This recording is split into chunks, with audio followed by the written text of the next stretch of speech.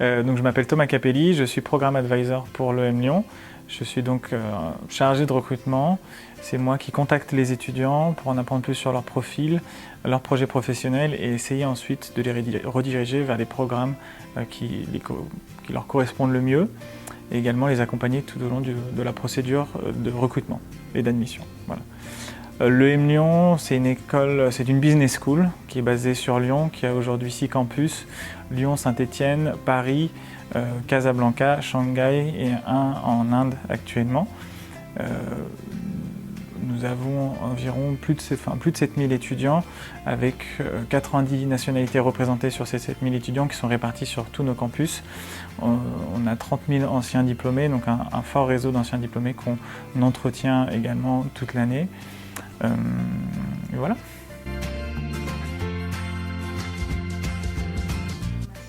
Bien sûr, on a un programme qui intéresse beaucoup les pharmaciens qui s'appelle, c'est un master spécialisé en management des entreprises du vivant et de l'agroalimentaire, qui est donc en partenariat avec Supagro Montpellier. Vous bénéficiez de l'expertise de 2 grandes écoles, donc des expertises qui sont complémentaires. Sur l'EM Lyon, on va développer un esprit qui est un esprit early maker, parce qu'aujourd'hui EM Lyon veut dire early maker et non plus école de management. Donc dans tous nos programmes, on va essayer de développer cet esprit-là. C'est un état d'esprit qui peut se résumer par des personnes qui font, qui défont, qui refont, qui n'ont pas peur de se tromper, qui ont un esprit d'initiative, qui expérimentent. Voilà, c'est cet état d'esprit qu'on essaie de développer chez nos étudiants. Et on essaie de développer avec un track qui s'appelle le track Transforming Early Makers et qui est commun à tous nos masters spécialisés. On mélange donc tous les étudiants de masters spécialisés dans des groupes de 8 à 10 personnes et ils doivent répondre à une problématique à l'horizon 2030.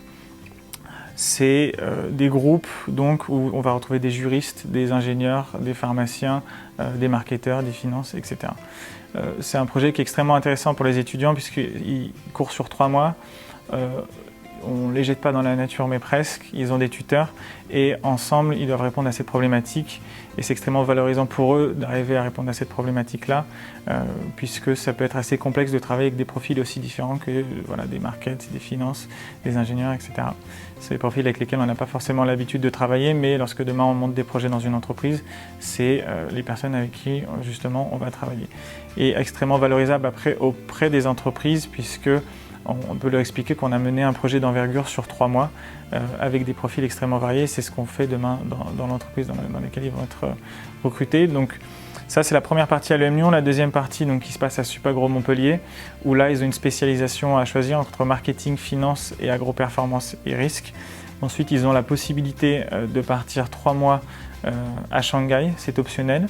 C'est à eux de voir si c'est cohérent avec leur projet professionnel ou non. Là, ils vont approfondir tout ce qui va être les supply chains en Asie, comment faire du business en Asie, comment fonctionne le marketing en Asie. Voilà, ce sont des questions auxquelles ils vont essayer de répondre. Et après, il y a une mission professionnelle qui commence. Cette mission professionnelle, ça peut être un stage, ça peut être un CDD, ça peut être un CDI, ça peut également être un VIE. Voilà pour résumer.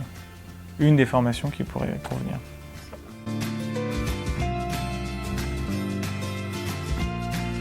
Justement, ça va être les compétences qu'on va essayer de développer dans cet état d'esprit early maker. Ça va être une ouverture d'esprit, la volonté d'aller de l'avant, de ne pas se tromper, d'expérimenter, d'innover, de collaborer. On passe aussi de l'état d'esprit do it yourself à do it together, quelque chose de beaucoup plus collaboratif. Et également, pour développer cet état d'esprit, on met à la disposition des étudiants des imprimantes 3D pour qu'ils puissent justement avoir un projet et tout de suite pouvoir le mettre en place. Vous avez des personnes qui sont constamment dans ce bâtiment où il y a les imprimantes 3D pour pouvoir justement aider les étudiants à faire fonctionner les imprimantes, à faire fonctionner les logiciels qui peuvent être assez complexes. On a également des événements qui sont organisés tout au long de l'année pour aider les étudiants à développer leurs projets et donc à développer leurs compétences.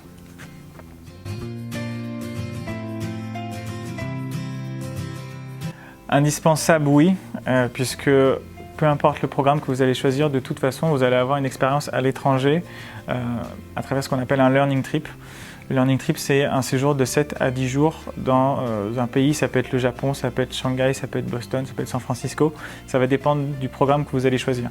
Donc, il est obligé que vous parliez anglais. Vous n'êtes pas obligé d'être fluent, comme pour un Master of Science, où là, un Master of Science, on va vraiment vous demander d'avoir une très bonne compréhension d'anglais, puisque vous allez devoir parler anglais tous les jours. Sur les masters spécialisés, c'est des programmes qui sont franco-français, mais vous avez ce Learning Trip qui est obligatoire, donc on vous demande quand même un certain niveau pour que vous puissiez échanger et comprendre en anglais.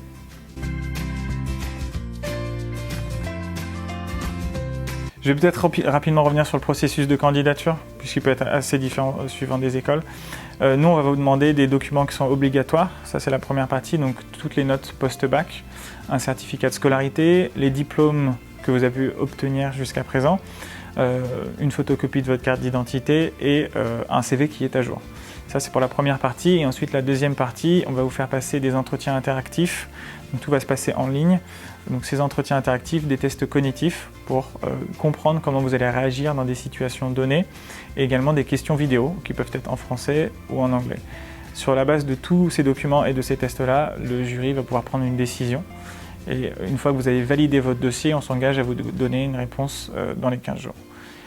Et à savoir qu'on n'est pas à la recherche de profil type, il n'y a pas une entreprise ou une école qui va faire que le responsable de programme va préférer un étudiant à un autre. Ce qui est important et très important, c'est votre motivation, la compréhension que vous avez du programme que vous sélectionnez et la cohérence de votre projet professionnel avec ce programme. Ces 5e et 6e années, nous n'avons pas d'alternance.